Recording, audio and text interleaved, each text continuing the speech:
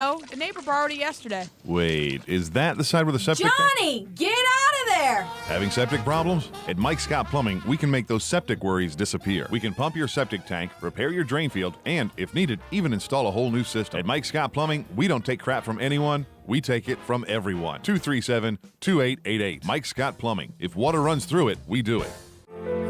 Visit the Appleton Museum of Art for a Dickens Christmas, the Urban Family Holiday Exhibition. On view through January 9th. This festive annual display features beautiful themed trees, the beloved Dickens Village, Santas and nutcrackers from around the world, and much more. On the second floor, see trees decorated by community partners. The Appleton is located on East Silver Springs Boulevard in Ocala. For more information, visit appletonmuseum.org. Hi, I'm Jimmy Buffett. Save the Manatee Club has helped to protect imperiled manatees and their aquatic habitat for decades, but there's still more work to be done. Threats from cold weather, red tides, pollution, and boat collisions continue to take their toll on the manatee. So let's work together to safeguard the manatees and the places they call home. Be the friend they need. Visit SaveTheManatee.org. Thank you.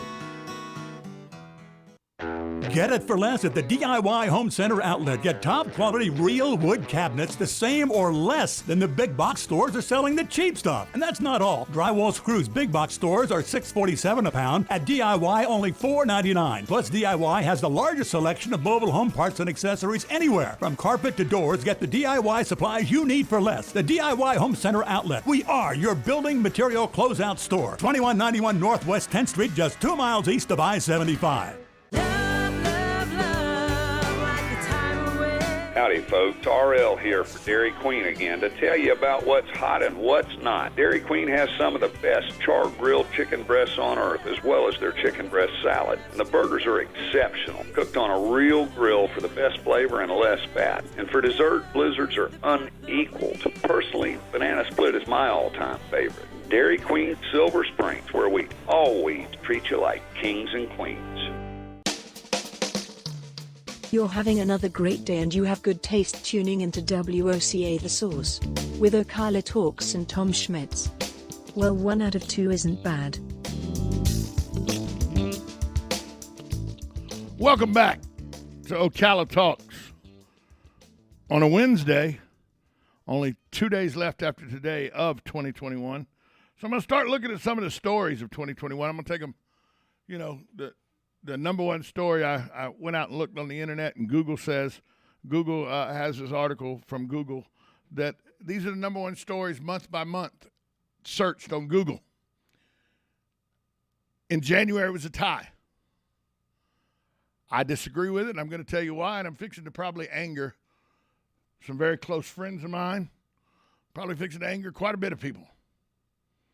But that's what I do. So if you don't like what I say, Tom at WOCA.com. Google says the 2 stories that tied as the number one stories for the month of January.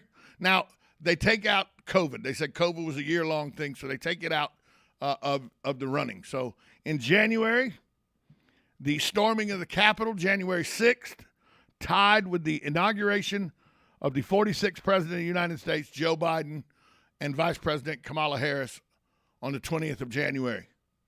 Those 2 stories tied as the number one story of 2021 in the month of January. I categorically disagree. There is not a tie here. The number one story is the storming of the Capitol January 6th. And hear me out and let me tell you why. We've had bad presidents get inaugurated. If you think Joe Biden is a good president, you voted for him. If you think he's a bad president, you didn't vote for him.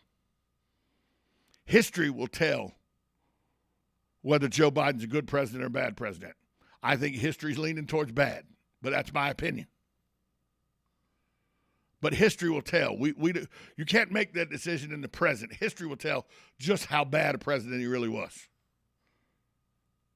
I will stay with my gun saying that Warren G. Harding is the worst president we've ever had in this country, and it's going to take a lot to beat Warren G. Harding. I don't think Joe Biden does that. Go back and read about Warren G. Harding. Maybe you'll agree with me. But I think that the storming of the Capitol is a much bigger story than the inauguration of the 46th president of the country. And I'll tell you why. In 1824, John Quincy Adams and Andrew Jackson were running for president. Andrew Jackson won the popular vote. There was no winner in the Electoral College, so it got thrown into the Congress to make a decision. There were some backroom deals made. John C. Calhoun threw his support behind John Quincy Adams. John Quincy Adams was then selected as president and sworn in. Andrew Jackson felt the election was stolen from him. Sound familiar? Andrew Jackson, an outsider who was not a politician, who was a wild frontiersman from Tennessee, who nobody gave a shot at winning, was in a veritable dead heat with the established political machine of John Quincy Adams, the son of the former President John Adams. But through backroom dealings that are all documented historically, in the House of Representatives, John C. Calhoun throws his support behind John Quincy Adams. John Quincy Adams becomes president of the United States. Andrew Jackson says it was stolen from me. It's illegal. Sound familiar? Nobody stormed the Capitol and tried to overturn the election, even though it was clearly backroom dealings that let John Quincy Adams win. What happened? Andrew Jackson ran 4 years later. The American public was so incensed about how the 1824 election had come out that he won in a landslide. But nobody stormed the Capitol. 1860, Abraham Lincoln wins the presidential election. The southern states see it as a blight or a challenge or a just all-out assault on their way of life, their way of community in the South, because Abraham Lincoln he ran on that he would get rid of slavery. He was sworn in as president. Nobody stormed the Capitol. 12 states seceded from the Union. A war happened afterwards when the South, attacked Fort Sumter, throwing us into war, but nobody went to the Capitol and tried to stop the election from being guaranteed. There's many more instances like that through history. 2000, George W. Bush, own little brother, who was governor of the great state of Florida at the time. Remember the hanging chads. George W. Bush wins the election by mere minuscule hairs in a time where this is documented in Hillsborough County on the day of the election.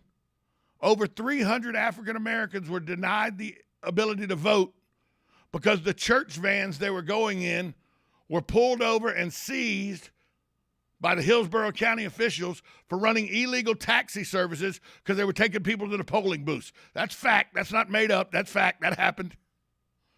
On that day, more illegal taxi tickets were written and vans grabbed off the streets than the past 5 years combined in the Tampa-Hillsborough area. On that one day, nobody stormed the Capitol.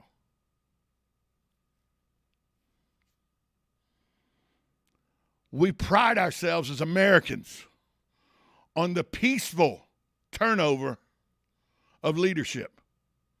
And whether Donald Trump was right or wrong in that the election was stolen, and that's for you to make up your own mind. Just as it was stolen from Andrew Jackson, that's a historical fact. It was stolen from Andrew Jackson. Nobody stormed the Capitol. It's not what we do. We're the Alabama Crimson Tide of the globe. When the Appalachian states of the world beat the Michigans, they stormed the field.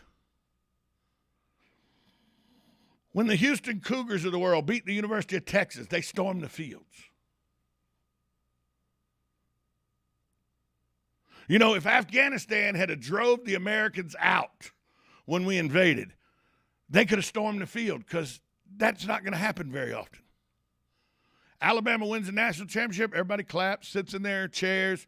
They cheer, and they act like they've been there before. That's what we do as a free democracy, a democratic republic. We've been doing it for over 200 years. Peaceful handover of power. Whether we agree with it or not, we peacefully exchange power. That didn't happen this year. That's a much bigger story. Much bigger than what happened with Joe Biden being inaugurated. We'll be back after this timeout with more stories from February on, right here on Ocala Talks, 1370 AM, 96.3 FM. This is WOCA, The Source. Time for Farm and Ranch headlines on the Southeast AgNet. I'm Darren Spearman reporting. Well, just around the corner, peanut farmers will be deciding on